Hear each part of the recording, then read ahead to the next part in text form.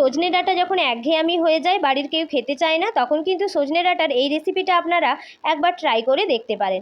আমাদের পূর্ব মেদিনীপুরে গ্রামের দিকে কিন্তু এই রেসিপিটার চল প্রচুর আছে। আমিও কিন্তু আমার বাড়ির মা ঠাকুমার কাছ থেকে এই রেসিপিটা শিখেছি। এর জন্য সজনে ডাঁটাগুলোকে প্রথমে এইভাবে কেটে নিতে হবে, আর একটা আলুকেও লম্বা লম্বা করে কেটে ভালো করে ধুয়ে নিতে হবে। এবার একটা কড়াইয়ের মধ্যে জল দিয়ে জলটা ফুটে যাওয়ার পর সজনে ডাঁটা, আলু আর লবণ হলুদ দিয়ে ভালো করে সেদ্ধ করে নিতে হবে। সেদ্ধ করা হয়ে গেলে এটাকে নামিয়ে নিতে হবে। নামিয়ে নেওয়ার পর আরেকটা কড়াইয়ের মধ্যে তেল দিয়ে এতে জিরে, কাঁচা লঙ্কা চেরা আর পেঁয়াজ দিয়ে ভালো করে ভেজে নিতে হবে।